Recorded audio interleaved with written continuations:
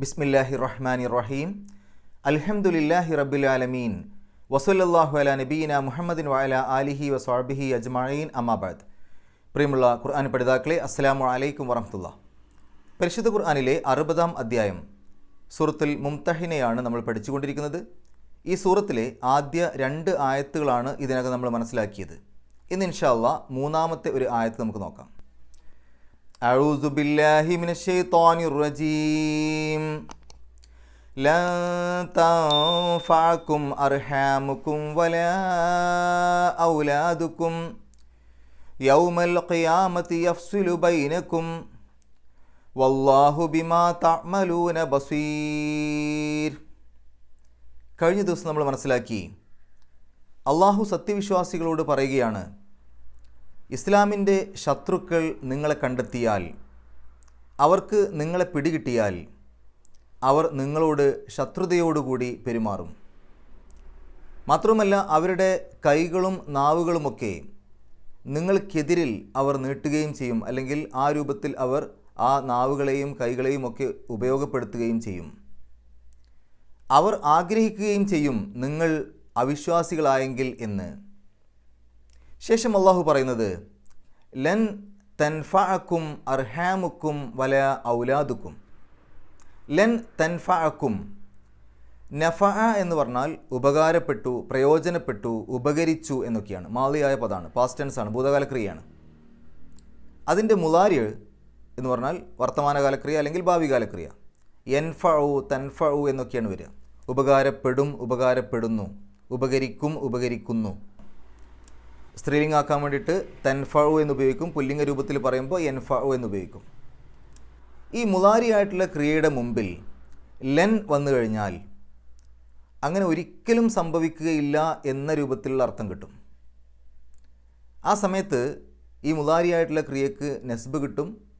സാധാരണഗതിയിൽ അതിൻ്റെ അവസാനത്തിൽ ഫത്തഹ് കൊടുത്തിട്ടാണ് സാധാരണഗതിയിൽ അതിനെ നെസ്ബ് കാണിക്കുക. അപ്പോൾ ലൻ തൻഫഉ എന്ന് പറയില്ല, ലൻ തൻഫഅ എന്നാ പറയാം. അർത്ഥം ഉപകരിക്കുകയില്ല തന്നെ, ഒരിക്കലും ഉപകരിക്കുകയില്ല എന്നർത്ഥമാണ് കിട്ടുക. കും, നിങ്ങൾക്ക്. ലൻ തൻഫഅകും, നിങ്ങൾക്ക് ഉപകരിക്കുകയില്ല തന്നെ എന്ന് പറഞ്ഞാൽ നിങ്ങൾക്ക് ഒരു കാരണവശാലും ഉപകരിക്കുകയില്ല. എന്ത്? അർഹാമുക്കും. റഹിമുൻ എന്നുള്ളതിൻ്റെ ബഹുവചനമാണ് അർഹാമുൻ. റഹിം എന്ന് പറഞ്ഞാൽ രക്തബന്ധം അല്ലെങ്കിൽ കുടുംബബന്ധം. അപ്പോൾ അർഹാം എന്ന് പറഞ്ഞാൽ കുടുംബ ബന്ധങ്ങൾ, രക്തബന്ധങ്ങൾ. അതിൻ്റെ അവസാനത്തിൽ കും എന്നുണ്ട്, നിങ്ങളുടെ എന്നർത്ഥം. അർഹാമുക്കും, നിങ്ങളുടെ കുടുംബ ബന്ധങ്ങൾ, നിങ്ങളുടെ രക്തബന്ധങ്ങൾ. അപ്പോൾ നിങ്ങളുടെ രക്തബന്ധങ്ങൾ നിങ്ങൾക്ക് ഉപകരിക്കുകയില്ല തന്നെ. വലാ ഔലാദുക്കും, വാവ് അത്ഫിൻ്റെ വാവാണ്. അതുമാത്രമല്ല, ഇനി പറയുന്നതും എന്നർത്ഥത്തിൽ. ലാ, ഇല്ല. ഈ ലാ എന്നുള്ളത് തൗക്കീദിന് വേണ്ടിയിട്ട്, ഒന്നും കൂടെ ഉറപ്പിക്കാൻ വേണ്ടിയിട്ട് വന്ന ലാമാണ്. ഈ ലാമില്ലാതെ വെറുതെ വാ എന്ന് പറഞ്ഞാലും ശരിക്കും അർത്ഥം പൂർത്തിയാവും. ഔലാദുക്കും, വലത് എന്ന് പറഞ്ഞാൽ കുട്ടി, ഔലാദ് എന്ന് പറഞ്ഞാൽ കുട്ടികൾ. ഈ ബിൻത്ത് വലത് എന്ന് രണ്ടും ഒരുമിച്ച് പറയുമ്പോൾ വലത് എന്നുള്ളതിന് ആൺകുട്ടി എന്ന് പറയും, ബിൻത്ത് എന്നുള്ളതിന് പെൺകുട്ടി എന്ന് പറയും. വലത് എന്നുള്ളത് ഒറ്റയ്ക്ക് പറയുമ്പോൾ അതിൽ ആൺകുട്ടിയും പെടും, പെൺകുട്ടിയും പെടും. അപ്പോൾ ഔലാദുക്കും, നിങ്ങളുടെ കുട്ടികൾ, നിങ്ങളുടെ മക്കൾ എന്നർത്ഥം. ഔലാദുക്കും, നിങ്ങളുടെ മക്കൾ. അതിൻ്റെ മുമ്പിൽ ലാ ഉണ്ട്. ലാ ഔലാദുക്കും, നിങ്ങളുടെ മക്കൾ ഇല്ല. വലാ ഔലാദുക്കും, നിങ്ങളുടെ മക്കളും ഇല്ല. അപ്പോൾ നിങ്ങളുടെ കുടുംബ ബന്ധങ്ങൾ ഇല്ല എന്നുള്ളത് നേരത്തെ പറഞ്ഞു, ഉപകരിക്കുകയില്ല എന്നുള്ളത്. അതിനോട് ചേർത്തിട്ട് വലാ ഔലാദുക്കും, നിങ്ങളുടെ മക്കളും ഉപകരിക്കുകയില്ല. ശരിക്ക് വ ഔലാദുക്കും, നിങ്ങളുടെ മക്കളും അതുപോലെ തന്നെ നിങ്ങളുടെ കുടുംബ ബന്ധവും ഉപകരിക്കുകയില്ല എന്നുള്ള ഒന്നിച്ച് പറഞ്ഞാൽ മതി. പക്ഷെ അതിൻ്റെ ഇടയിൽ കൊണ്ടുപോയിട്ടൊരു ലാ എന്നുള്ളത് കൊടുത്തു, ഒന്നും കൂടെ ഉറപ്പിച്ച് മക്കളും ഇല്ല, അവിടെയും ഒരു ഇല്ല എന്നുള്ളത് വീണ്ടും ആവർത്തിച്ചു വന്നു. യൗമൽ ഖിയാമത്തി, യൗമ എന്നുള്ള പദം അവിടെ നമ്മൾ ലർഫ് സമാൻ എന്നാണ് അതിനെ പറയാം.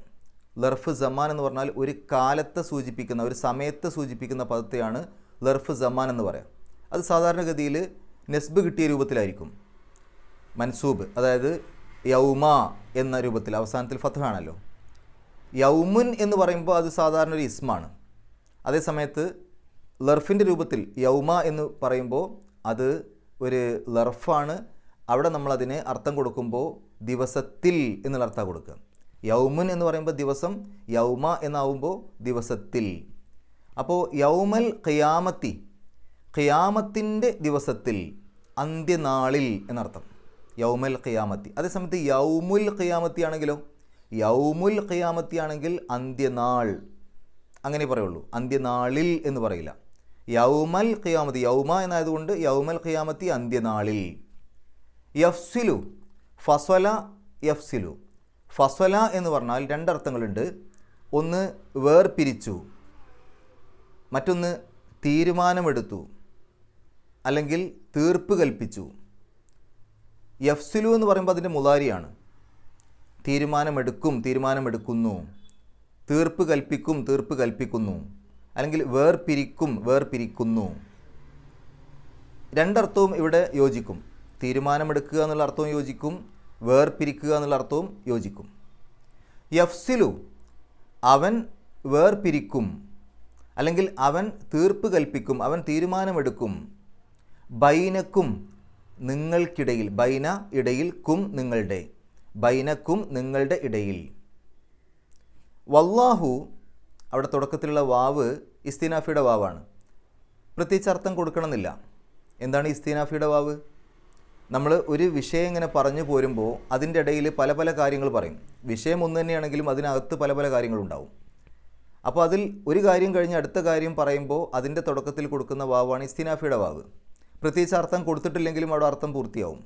ഇനി കൊടുക്കണമെന്നുണ്ടെങ്കിൽ സന്ദർഭത്തിനനുസരിച്ച് എനി അല്ലെങ്കിൽ അത്രേ എന്നിട്ട് എന്നുള്ള അർത്ഥം കൊടുക്കാം. അപ്പോൾ ഇവിടെ വല്ലാഹു, അള്ളാഹു അത്രേ, അല്ലെങ്കിൽ ഇനി അള്ളാഹു.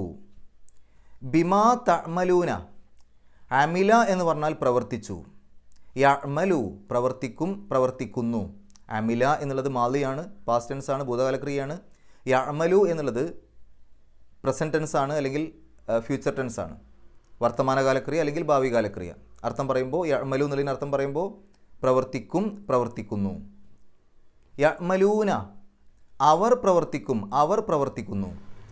അത് തഅമലൂന എന്നാവുമ്പോൾ നിങ്ങൾ പ്രവർത്തിക്കും, നിങ്ങൾ പ്രവർത്തിക്കുന്നു എന്നാവും. അതിൻ്റെ മുമ്പിൽ മാ എന്ന് വരുമ്പോൾ അത് എന്നൊരർത്ഥം കൂടെ ചേരും. നിങ്ങൾ പ്രവർത്തിക്കുന്നു എന്നുള്ളതിൻ്റെ കൂടെ അത് എന്ന് ചേരുമ്പോൾ നിങ്ങൾ പ്രവർത്തിക്കുന്നത്. മാ തഅമലൂന, നിങ്ങൾ പ്രവർത്തിക്കുന്നത്. അതിൻ്റെയും മുമ്പിൽ ഒരു ബി ഉണ്ട്. അപ്പോൾ അതിനെപ്പറ്റി എന്നുള്ള അർത്ഥം കിട്ടും. നിങ്ങൾ പ്രവർത്തിക്കുന്നത് എന്നുള്ളതിൻ്റെ കൂടെ അതിനെപ്പറ്റി എന്നുള്ള അർത്ഥം കൊടുക്കുമ്പോൾ നിങ്ങൾ പ്രവർത്തിക്കുന്നതിനെപ്പറ്റി. ബിമാ തഅമലൂന, നിങ്ങൾ പ്രവർത്തിക്കുന്നതിനെപ്പറ്റി. അപ്പോൾ എങ്ങനെയാണ് അർത്ഥം പോകുന്നത്? തഅമലൂന എന്ന് പറഞ്ഞാൽ നിങ്ങൾ പ്രവർത്തിക്കുന്നു അല്ലെങ്കിൽ നിങ്ങൾ പ്രവർത്തിക്കും. മാ തഅമലൂന, നിങ്ങൾ പ്രവർത്തിക്കുന്നത്. ബിമാ തഅമലൂന, നിങ്ങൾ പ്രവർത്തിക്കുന്നതിനെ പറ്റി. ബസീർ, ബസ്വറ എന്ന് പറഞ്ഞാൽ കണ്ടു എന്നാണ്, കണ്ടറിഞ്ഞു. ബസീർ, കാണുന്നവൻ, കണ്ടറിയുന്നവൻ. അപ്പോൾ ഒന്നിച്ചായത്തിൻ്റെ അർത്ഥം പറയുമ്പോൾ ലൻ തൻഫഅക്കും അർഹാമുക്കും വല ഔലാദുക്കും, നിങ്ങളുടെ രക്തബന്ധങ്ങളാകട്ടെ നിങ്ങളുടെ മക്കളാകട്ടെ നിങ്ങൾക്ക് ഉപകരിക്കുകയില്ല തന്നെ. യൗമൽ ഖിയാമത്തി യഫ്സുലു ബൈനക്കും, അന്ത്യനാളിൽ അവൻ നിങ്ങളുടെ ഇടയിൽ വേർപിരിക്കുന്നതാണ് അല്ലെങ്കിൽ തീരുമാനമെടുക്കുന്നതാണ് അല്ലെങ്കിൽ തീർപ്പ് കൽപ്പിക്കുന്നതാണ്. വല്ലാഹു ബിമാ തഅമലൂന ബസീർ, അള്ളാഹു നിങ്ങൾ പ്രവർത്തിക്കുന്നതിനെപ്പറ്റി കണ്ടറിയുന്നവനാകുന്നു. ഇനി നമുക്ക് ഇതിൻ്റെ വിശദീകരണം പറയാം. അള്ളാഹു തൊട്ട് മുമ്പത്തെ ആയത്തിൽ പറഞ്ഞു ഏത് ശത്രുക്കളെയാണ് മാറ്റി നിർത്തേണ്ടത്, ഏത് ശത്രുക്കളെയാണ് മിത്രങ്ങളാക്കാൻ പാടില്ലാത്തത് എന്ന്. അതായത് മറ്റ് മതക്കാരായിട്ടുള്ള മറ്റ് വിശ്വാസികളായിട്ടുള്ള ആളുകളിൽ ശത്രുക്കളുണ്ടാവും. അവർ ഇസ്ലാമിനെതിരെ ഏതൊക്കെ തരത്തിൽ അവർക്ക് ചെയ്യാൻ പറ്റുന്നുവോ ആ രൂപത്തിൽ ചെയ്യുന്നവരാണ്. ഇവിടെയും നമുക്കറിയാം ആരെക്കുറിച്ചാണ് ഇവിടെ പറയുന്നത്. നബി സല്ലല്ലാഹു അലൈഹി വസല്ലമയും കൂട്ടരും മദീനയിലാണ് ഉള്ളത്. എന്നാൽ മക്കയിലുണ്ട് കുറേ ആളുകൾ. അതാരാ? ആ മക്കയിലുള്ള മക്കാ മുശ്രിക്കുകൾ, ഖുറൈശികൾ, അവർ കൊടിയ ശത്രുക്കളാണ്. അവർ ഇവരിൽ നിന്ന് ഒരാളെ കിട്ടിക്കഴിഞ്ഞാൽ എല്ലാ ഉപദ്രവങ്ങളും അവരുടെ മേലെ നടത്തും. എന്താ കാരണം? ആ ആളുകൾ മുസ്ലിങ്ങളായി എന്നുള്ളൊരൊറ്റ കാരണം കൊണ്ട്. ആ ഒരൊറ്റ കാരണം കൊണ്ട് അവരുടെ മേലെ എല്ലാവിധ ഉപദ്രവങ്ങളും ചെയ്യും. അങ്ങനെ ഉപദ്രവങ്ങൾ ചെയ്യുന്ന, ശത്രുതയോടുകൂടി പെരുമാറുന്ന അത്തരം ആളുകളെ നിങ്ങളുടെ സ്വന്തം മിത്രങ്ങളാക്കി ഏറ്റവും അടുത്ത ബന്ധുക്കാരാക്കി അല്ലെങ്കിൽ ഏറ്റവും നല്ല മിത്രങ്ങളാക്കി സുഹൃത്തുക്കളാക്കി നിങ്ങൾ വെക്കരുത്. അതാണ് അള്ളാഹു പറയുന്നത്. അവരെയാണ് അങ്ങനെ വെക്കരുതെന്ന് പറഞ്ഞത്, അത്തരം ശത്രുക്കളെ. എന്നിട്ട് അള്ളാഹു പറയുകയാണ്, ഈ ഒരു സന്ദർഭം നമ്മൾ നന്നായിട്ട് മനസ്സിലാക്കണം. കാരണം നമുക്കറിയാം ഹാത്തിബ് ബിനു അബി ബൽത്ത അദ്ദേഹം ആ മക്കയിലേക്ക് ഒരു കത്ത് കൊടുത്തയക്കാനുള്ള കാരണം എന്തായിരുന്നു? അതിൻ്റെ കാരണം അവിടെ ഇദ്ദേഹത്തിൻ്റെ കുടുംബക്കാരുണ്ട്, സ്വന്തക്കാരുണ്ട്, ഇദ്ദേഹത്തിൻ്റെ ബന്ധുക്കളുണ്ട്. ആ ബന്ധുക്കളോടുള്ള സ്നേഹബന്ധം കാരണമാണ് മക്കാ മുശ്രിക്കുകളിലേക്ക് ഇത്തരം ഒരു വാർത്ത അറിയിച്ചത്. നമുക്കറിയാം, 1-ാമത്തെ ആയത്തിൽ നമ്മളത് പറഞ്ഞു. അപ്പോൾ ഇവിടെ അള്ളാഹു പറയുന്നത് എന്താണ്? നമ്മളുടെ കുടുംബ ബന്ധമോ അല്ലെങ്കിൽ മക്കളോ ഒന്നും തന്നെ നാളെ പരലോകത്ത് ഉപകരിക്കൂല. അതുകൊണ്ട് ഈ ലോകത്ത് ഇസ്ലാമിനെ ഒറ്റിക്കൊടുക്കുമ്പോൾ അല്ലെങ്കിൽ ഇസ്ലാമിൻ്റെ ചില രഹസ്യങ്ങളൊക്കെ ശത്രുക്കൾക്ക് അറിയിച്ചു കൊടുക്കുമ്പോൾ ഇസ്ലാം ഇവിടെ പരാജയപ്പെടുകയാണ്. കുടുംബ ബന്ധത്തോടുള്ള അല്ലെങ്കിൽ കുടുംബങ്ങളോടുള്ള സ്നേഹം കാരണം, നമ്മുടെ മക്കളോടുള്ള, നമ്മുടെ കുടുംബത്തിലുള്ള ആളുകളോടുള്ള സ്നേഹം കാരണം ഈ രൂപത്തിലൊക്കെ പ്രവർത്തിക്കുമ്പോൾ അവിടെ ഇസ്ലാമാണ് നശിക്കുന്നത്, ഇസ്ലാമിനാണ് പ്രശ്നം തട്ടുക. അപ്പോൾ ഒരു പ്രശ്നം വരുന്ന സമയത്ത് നമ്മളുടെ കുടുംബ ബന്ധത്തേക്കാൾ കൂടുതൽ പ്രാധാന്യം കൊടുക്കേണ്ടത് ഇത്തരം ആദർശ ബന്ധത്തിനാണെന്നർത്ഥം. അങ്ങനെയല്ല എങ്കിൽ അതൊരു വലിയ അപകടത്തിലേക്ക് എത്തിക്കും. അള്ളാഹു ഇവിടെ പറയാണ്, നിങ്ങളുടെ കുടുംബ ബന്ധവും മക്കളുമൊക്കെ ഈ ലോകത്തെ നിങ്ങൾക്ക് എന്തെങ്കിലും ഉപകാരം കിട്ടുള്ളൂ. നാളെ പരലോകത്തെത്തുമ്പോൾ ഓരോരുത്തരും ചെയ്തത് മാത്രമേ അവരവർക്ക് ഉണ്ടാവുള്ളൂ. അല്ലാതെ കുടുംബ ബന്ധത്തിൻ്റെ പേരിൽ ആരും സ്വർഗത്തിലേക്കും നരകത്തിലേക്കും പോകുന്നില്ല. നമുക്കറിയാം, പ്രവാചകന്മാരുടെ കുടുംബം പോലും ആ പ്രവാചകന്മാർ നല്ല ആളുകളാണ് എന്ന കാരണം കൊണ്ട് കുടുംബത്തിന് അതിൻ്റെ ഒരു ഫലമായിട്ട് നേരിട്ട് സ്വർഗത്തിലേക്ക് പോകാനൊന്നും പറ്റില്ല. നൂഹ് നബി അലൈഹി സ്വലാത്തു വസ്സലാമിൻ്റെ കുടുംബത്തെക്കുറിച്ച് നമുക്കറിയാം, മകനെക്കുറിച്ച് നമുക്കറിയാം. ലൂത്ത് നബി അലൈഹി സ്വലാത്തു വസ്സലാമയുടെ കുടുംബത്തെ, അദ്ദേഹത്തിൻ്റെ ഭാര്യയെക്കുറിച്ച് നമുക്കറിയാം. ഇബ്രാഹിം നബി അലൈഹി സ്വലാത്തു വസ്സലാമയുടെ കുടുംബം. അപ്പോൾ കുടുംബം എന്നുള്ളത് വേറെ, അതൊക്കെ ഈ ലോകത്തെ ഉണ്ടാവുള്ളൂ. നാളെ പരലോകത്തെത്തുമ്പോൾ ഓരോരുത്തരും ചെയ്ത കർമ്മങ്ങളുടെ ഫലമായിട്ടാണ് ഓരോരുത്തർക്കും വിധി വരിക. അതുകൊണ്ട് അള്ളാഹു പറയുന്നതാണ്, നിങ്ങൾക്ക് നിങ്ങളുടെ ഈ കുടുംബ ബന്ധങ്ങളും നിങ്ങളുടെ മക്കളുമൊക്കെ നിങ്ങൾക്ക് ഉപകാരപ്പെടുക ഈ ലോകത്ത് വെച്ചിട്ടാണ്. നാളെ പരലോകത്ത് വെച്ച് അത് നിങ്ങൾക്ക് ഉപകരിക്കുകയില്ല തന്നെ, ഒരു തരത്തിലും ഉപകരിക്കില്ല. അതുകൊണ്ടല്ല എന്നെ ഉപയോഗിച്ചത്, ഉപകരിക്കുകയില്ല തന്നെ, തീർച്ചയാണ്. പിന്നെ വലാ ഔലാദുക്കും, മക്കളും ഇല്ല തന്നെ, മക്കളും ഉപകരിക്കൂല, യാതൊരു സംശയവും വേണ്ട. അതിനാണ് ലാ എന്നുള്ളത് വീണ്ടും ആവർത്തിച്ചത്. യൗമൽ ഖിയാമത്തി യഫ്സുലു ബൈനക്കും, അന്ത്യനാളിൽ അള്ളാഹു തീർപ്പ് കൽപ്പിക്കും, തീരുമാനമെടുക്കും, അല്ലെങ്കിൽ വേർപിരിക്കും. എന്താണ് വേർപിരിക്കുക? വേർപിരിക്കുക എന്ന് പറഞ്ഞാൽ നരകവാസികളെയും സ്വർഗവാസികളെയും വേർപിരിക്കും, സത്യവും അസത്യവും വേർപിരിക്കും, ഹക്കും ബാത്തിലും വേർപിരിക്കും. ഇനി എന്താണ് തീർപ്പ് കൽപ്പിക്കുക? ഈ ലോകത്ത് ഇതൊരു കോടതിയല്ല, ഈ ലോകത്തൊരു പരീക്ഷണശാലയാണ്, ഒരു പരീക്ഷാ ഹാളാണ് ഇവിടെ. അതേസമയത്ത് നാളെ പരലോകത്ത് അതാണ് ശരിക്കും കോടതി. അപ്പോൾ ആ കോടതിയിൽ അള്ളാഹു എല്ലാറ്റിനുമുള്ള വിധി കൽപ്പിക്കും, തീർപ്പ് കൽപ്പിക്കും. അതാണ് കോടതി. അവിടെയാണ് യഥാർത്ഥ തീർപ്പ് വരിക, യഥാർത്ഥ വിധി അവിടെയാണ് പ്രഖ്യാപിക്കുക. ഈ ലോകത്ത് പലപ്പോഴും യഥാർത്ഥ പ്രതി ചിലപ്പം രക്ഷപ്പെടും, പാവങ്ങൾ ചിലപ്പോൾ കുടുങ്ങും. എന്നാൽ നാളെ പരലോകത്ത് അങ്ങനെയല്ല. അള്ളാഹുവിൻ്റെ കോടതിയിൽ യഥാർത്ഥ വിധി, യഥാർത്ഥ തീർപ്പ് കൽപ്പിക്കുന്ന സ്ഥലം അവിടെയാണ്. അവിടെ തീരുമാനമെടുക്കുന്ന സ്ഥലമാണ്. ആരൊക്കെയാണ് നരകത്തിലേക്ക് പോകേണ്ടവർ, ആരൊക്കെയാണ് സ്വർഗത്തിലേക്ക് പോകേണ്ടവർ, അതിൻ്റെ തീരുമാനം വരും.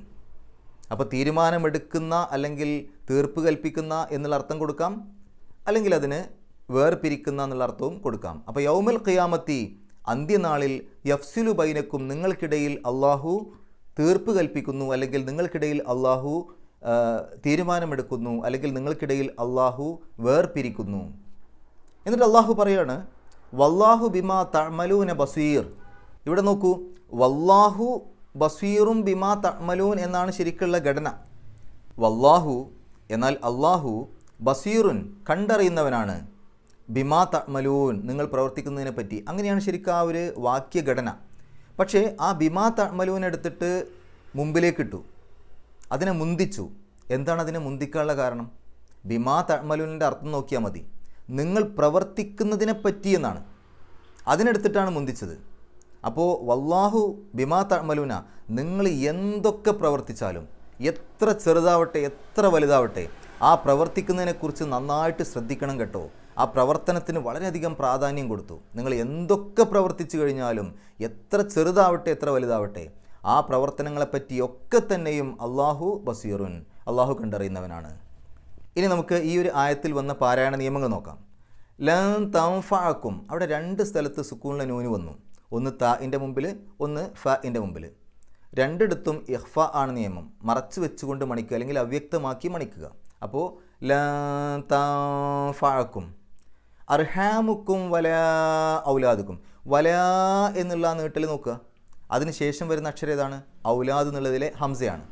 അപ്പോൾ മദ്ദും ഹംസയും നീട്ടലും ഹംസയും അടുത്തടുത്ത് വന്നു, വ്യത്യസ്ത പദങ്ങളിലാണ്. 4-5 അക്ഷരങ്ങളുടെ ദൈർഘ്യം വരെ നീട്ടാൻ അനുവാദമുണ്ട്, നിർബന്ധമല്ല. 2 അക്ഷരത്തിൻ്റെ ദൈർഘ്യം നീട്ടിയാലും മതി എന്നർത്ഥം. കൂടിയാൽ 4-5 അക്ഷരങ്ങളുടെ ദൈർഘ്യം. അപ്പോൾ അവിടെ വലാ ഔലാദുക്കും. ഔലാദുക്കും എന്ന് കഴിഞ്ഞിട്ട് ഒരു ചെറിയ ജീമ് കാണാം മുകളിൽ. അവിടെ പാരായണം നിർത്താം, നിർത്താതെയും ഓതാം, രണ്ടിനും ഒരേ പ്രാധാന്യം. യൗമൽ ഖിയാമത്തി യഫ്സുലു ബൈനക്കും എന്ന് കഴിഞ്ഞിട്ടും ഒരു ജീമ് കാണാം. അവിടെയും പാരായണം നിർത്താം, നിർത്താതെയും ഓതാം, രണ്ടിനും ഒരേ പ്രാധാന്യം. വല്ലാഹു ബിമാ തഅമലൂന ബസീർ. ബസീർ എന്നുള്ളിടത്ത് അവസാനത്തെ ആ റാഇന് സുക്കൂനിട്ടിട്ട് നിർത്തുക. ആ സമയത്ത് ര് എന്നുള്ള ഉച്ചാരണം കൊടുക്കാം. അതേപോലെ അതിന് തൊട്ട് മുമ്പുള്ള നീട്ടൽ 6 അക്ഷരങ്ങളുടെ ദൈർഘ്യം വരെ നീട്ടാൻ അനുവാദമുള്ള മദ് ആരിദ്. എന്താണ് മദ് ആരിദ്? നമ്മൾ പാരായണം നിർത്തുന്ന സ്ഥലത്ത് ആ അവസാനത്തെ അക്ഷരത്തിന് നമ്മളായിട്ട് സുക്കൂന് കൊടുക്കുമ്പോൾ, അവിടെ ശരിക്കും ഇപ്പോൾ സുക്കൂനല്ല, ബസീറുൻ എന്നാണ്, പക്ഷെ നമ്മൾ സുക്കൂനാക്കും അവിടെ പാരായണം നിർത്തുമ്പോൾ. അപ്പോൾ നമ്മളായിട്ട് സുക്കൂന് കൊടുക്കുമ്പോൾ അതിൻ്റെ തൊട്ട് മുമ്പ് വരുന്ന നീട്ടലിനെയാണ് മദ് ആരിദ് എന്ന് പറയാം. അതിനെ നമുക്ക് 6 അക്ഷരങ്ങളുടെ ദൈർഘ്യം വരെ നീട്ടാം. ഏറ്റവും ചുരുങ്ങിയത് 2, ഏറ്റവും കൂടിയാൽ 6. അതിൻ്റെ ഇടയിൽ എത്ര വേണമെങ്കിലും നീട്ടാം. നമുക്ക് ഈ ആയത്തൊന്ന് പാരായണം ചെയ്യാം, ശേഷം ഗ്രാമർ പറയാം. അഊദു ബില്ലാഹി മിനശ് ശൈത്വാനിർ റജീം. ലൻ തൻഫഅക്കും അർഹാമുക്കും വലാ ഔലാദുക്കും യൗമൽ ഖിയാമത്തി യഫ്സിലു ബൈനക്കും വല്ലാഹു ബിമാ തഅമലൂന ബസീർ. ഇനി ഈ ഒരു ആയത്തിൽ വന്ന ഗ്രാമർ നോക്കുകയാണെങ്കിൽ, ലൻ തൻഫഅ, അവിടെ ലൻ എന്നുള്ള പദം മുളാരിയായിട്ടുള്ള ക്രിയയുടെ മുമ്പിൽ വന്നാൽ അവിടെ ആ മുളാരിയായിട്ടുള്ള ക്രിയക്ക് നെസ്ബ് കിട്ടും, സാധാരണ ഫത്തഹ് കൊണ്ട്. അപ്പോൾ കത്തബ യക്തുബു, യക്തുബു എന്നുള്ളതിൻ്റെ മുമ്പിൽ ലെൻ വന്നാൽ ലെൻ യക്തുബ എന്നാണ് പറയാം. അതേപോലെ നഫഅ യൻഫഉ തൻഫഉ, ഈ തൻഫഉ അല്ലെങ്കിൽ യൻഫഉ ഇതിൻ്റെയൊക്കെ മുമ്പിൽ ലെൻ വന്നാൽ ലെൻ തൻഫഅ, ലെൻ യൻഫഅ, അങ്ങനെയാണ് പറയുക. അപ്പോൾ ഇവിടെ തൻഫഅ എന്ന് വരാൻ കാരണം ലെന്ന് വന്നതുകൊണ്ടാണ്. ലെന്ന് മാത്രമല്ല, ഇതുപോലെ ചില പദങ്ങളുണ്ട്, അൻ, ലെൻ, ഇതൻ, കൈ എന്നൊക്കെ പറയുന്ന ഈ പദങ്ങൾക്കൊക്കെ ഈ നിയമം ബാധകമാണ്. ഇനി എന്തുകൊണ്ടാണ് എൻഫാഴക്കും എന്നുപയോഗിക്കാതെ തെൻഫാഴക്കും എന്നുപയോഗിച്ചത്? എൻഫാഴക്കും എന്നുള്ളത് പുല്ലിംഗാണ്, തെൻഫാഴക്കും എന്നുള്ളത് സ്ത്രീലിംഗാണ്. ഇവിടെ ഈ പദത്തെ സ്ത്രീലിംഗമാക്കാനുള്ള കാരണം ഇത് എന്തിനെക്കുറിച്ചാണ് പറയുന്നത് നോക്കണം. അർഹാമുക്കും അതിനെക്കുറിച്ചാണ് പറയുന്നത്. അർഹാം എന്നുള്ള പദം സ്ത്രീലിംഗമായതുകൊണ്ട് ഈ ക്രിയ അല്ലെങ്കിൽ ഈ ഫിയലിനെയും സ്ത്രീലിംഗമാക്കി, അതുകൊണ്ട് തെൻഫാഴക്കും എന്നുപയോഗിച്ചു. ഇനി തെൻഫഅക്കും എന്നുള്ളതിൻ്റെ അവസാനത്തിൽ കാണുന്ന കും എന്നുള്ളത് അത് മഫ്ഊലും ബിഹിയാണ്, അല്ലെങ്കിൽ ഒബ്ജക്റ്റാണ്. നെസ്ബിൻ്റെ സ്ഥാനത്താണെന്ന് പറയാം. അതിന് ഫത്ത് ഇട്ട് കൊടുക്കാനൊന്നും പറ്റില്ല. അത് നെസ്ബിൻ്റെ സ്ഥാനത്താണ്, ഒബ്ജക്റ്റാണ്, മഫ്ഊലും ബിഹിയാണ്, അല്ലെങ്കിൽ കർമ്മമാണ്. ഇനി അർഹാമുക്കും, അർഹാം എന്താണ് അവിടെ? അർഹാം ഫായിലാണ്, കർത്താവാണ്, സബ്ജക്റ്റാണ്. നിങ്ങൾക്ക് ഉപകരിക്കുകയില്ല, എന്തുപകരിക്കുകയില്ല? അർഹാമുക്കും, നിങ്ങളുടെ രക്തബന്ധങ്ങൾ, നിങ്ങളുടെ കുടുംബ ബന്ധങ്ങൾ. അപ്പോൾ കുടുംബ ബന്ധങ്ങളെക്കുറിച്ചാണ് പറയുന്നത്, അതവിടെ ഫായിലാണ്. ഫായിലിന് എപ്പോഴും ഇറാബ് റഫ് ആയിരിക്കും, സാധാരണ ലമ്മ് കൊണ്ട്. അപ്പോൾ അർഹാമു എന്നെഴുതാൻ കാരണം അത് ഫായിലായതുകൊണ്ടാണ്. വലാ ഔലാദുക്കും, ഈ അർഹാം എന്നുള്ളതിലേക്ക് ചേർത്തിരിക്കുന്നു ഔലാദിനെ. അപ്പോൾ അർഹാമിന് എന്താണോ നിയമം അത് തന്നെയായിരിക്കും ഔലാദിനും വരിക. ഔലാദു എന്നെഴുതാൻ കാരണം അതുകൊണ്ട്, അർഹാമു എന്നെഴുതിയതുകൊണ്ടാണ് ഔലാദു എന്ന് എഴുതിയത്. ഈ അർഹാമിലേക്ക് ഔലാദിനെ ചേർത്ത്, അതായത് അർഹാം എങ്ങനെയാണോ ഉള്ളത് അതുപോലെ തന്നെ ഔലാദും. മഅത്തൂഫ് എന്ന് പറയും, ഒന്നിനെ മറ്റൊന്നിലേക്ക് ചേർത്തി എഴുതുമ്പോൾ മഅത്തൂഫ് എന്ന് പറയും.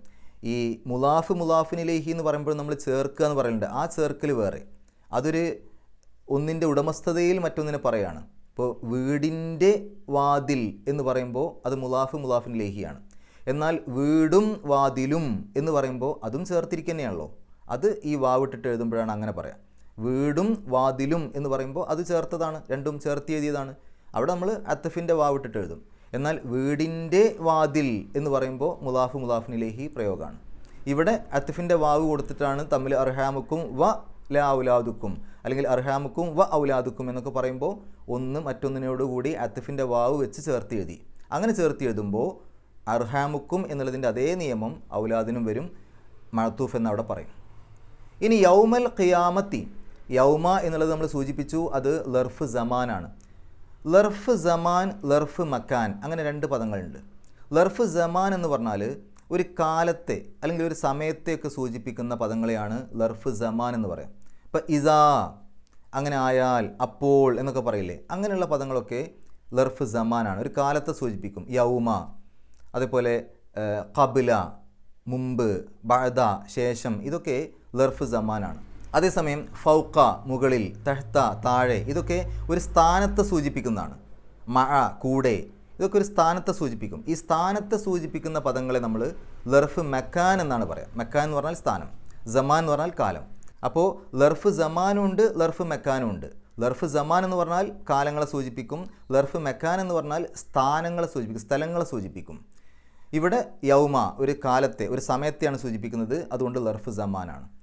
ഈ ലർഫ് സമാനിന് ശേഷം അതിലേക്ക് ആ ലർഫ് സമാനിനെ ചേർത്തുകൊണ്ട് മറ്റൊരു പദം വരാം. അപ്പോൾ നമ്മളതിനെ മുലാഫിൻ ഇലൈഹി തന്നെയാണ് പറയാം. സാധാരണ നമ്മൾ മുലാഫിൻ ഇലൈഹി പറയുന്നതിന് പകരം ഇവിടെ ലർഫ് മുലാഫിൻ ഇലൈഹി എന്ന് പറയും. യൗമ എന്നുള്ളത് ലർഫാണ്, അൽ ഖിയാമത്തി എന്നുള്ളത് മുലാഫിൻ ഇലൈഹിയാണ്. മുലാഫിൻ ഇലൈഹി ഏത് രൂപത്തിൽ വന്നാലും, അതായത് മുലാഫിൻ ഇലൈഹി രൂപത്തിൽ വന്നാലും ലർഫ് മുലാഫിൻ ഇലൈഹി രൂപത്തിൽ വന്നാലും മുലാഫിൻ ഇലൈഹിക്ക് എപ്പോഴും ഇറാബ് ജറായിരിക്കും കിട്ടുക. അതുകൊണ്ട് ഖിയാമത്തി അവസാനത്തിൽ കസറിട്ട് എഴുതാൻ കാരണം അത് മുലാഫിൻ ഇലൈഹി ആയതുകൊണ്ടാണ്. അപ്പോൾ യൗമൽ ഖിയാമത്തി, അന്ത്യനാളിൽ എന്നങ്ങനെ അർത്ഥം കിട്ടും. ഇനി വല്ലാഹു ബിമാ തഅമലൂന ബസീർ, ശരിക്കും അവിടെ ആ ബിമാ തഅമലൂന ഇല്ല എന്ന് വിചാരിക്കുക. അങ്ങനെയാണെങ്കിൽ എന്താ വരിക? വല്ലാഹു ബസീറുൻ. എന്താ അർത്ഥം? അള്ളാഹു കണ്ടറിയുന്നവനാണ്. അർത്ഥം പൂർത്തി ആയിട്ടുണ്ട്. വല്ലാഹു ബസീറുൻ, അള്ളാഹു കണ്ടറിയുന്നവനാണ്. അപ്പോൾ ആ അള്ളാഹു എന്നുള്ള പദം അത് മുബ്തദാണ്, ബസീറുൻ എന്നുള്ള പദം ഖബറാണ്. മുബ്തദവും ഖബറും ചേർന്ന ഒരു വാചകം എന്ന് പറയാം. അങ്ങനെ ആവുമ്പോൾ അതിന് ശേഷം പിന്നീട് നമുക്ക് മുതഅല്ലിഖായിട്ട്, അതായത് അതിനോട് ചേർത്തുകൊണ്ട് വിശദീകരണത്തിന് വേണ്ടി വേറെ പദങ്ങൾ ചേർക്കാം. അതാണ് ബിമാ തഅമലൂൻ. അത് ശരിക്കും അതിൻ്റെ അവസാനത്തിലാണ് വാക്യഘടന അനുസരിച്ച് വരേണ്ടത്. വല്ലാഹു ബസീറും ബിമാ തഅമലൂൻ. പക്ഷേ ഇവിടെ അതിനെടുത്തിട്ട് മുന്തിച്ചു. ആ ബസീറുൻ എന്നുള്ളതിനേക്കാൾ മുന്നിലേക്ക് ബിമാ തഅമലൂനെ കൊണ്ടുവന്നു, അതിന് പ്രാധാന്യം കൂട്ടാൻ വേണ്ടി. അപ്പോൾ വല്ലാഹു ബിമാ തഅമലൂന ബസീർ എന്നായി. ഇത്രയും കാര്യങ്ങളാണ് ഈ ഒരു ആയത്തിൽ നമ്മൾ മനസ്സിലാക്കേണ്ടത്. അള്ളാഹു പരിശുദ്ധ ഖുർആൻ ഏറ്റവും നല്ല രൂപത്തിൽ പഠിക്കുവാനും അത് ജീവിതത്തിൽ പകർത്തുവാനും കഴിവിൻ്റെ പരമാവധി മറ്റുള്ള ആളുകൾക്ക് എത്തിച്ചു കൊടുക്കുവാനുമുള്ള സന്മനസ്സും തൗഫീക്കും സൗഭാഗ്യവും നമുക്ക് ഏവർക്കും പ്രദാനം ചെയ്യുമാറാകട്ടെ. വാഖിറു ദഅ്വാനാ അൽഹംദുലില്ലാഹി റബ്ബിൽ ആലമീൻ. അസ്സലാമു അലൈക്കും വറഹ്മത്തുള്ളാഹി.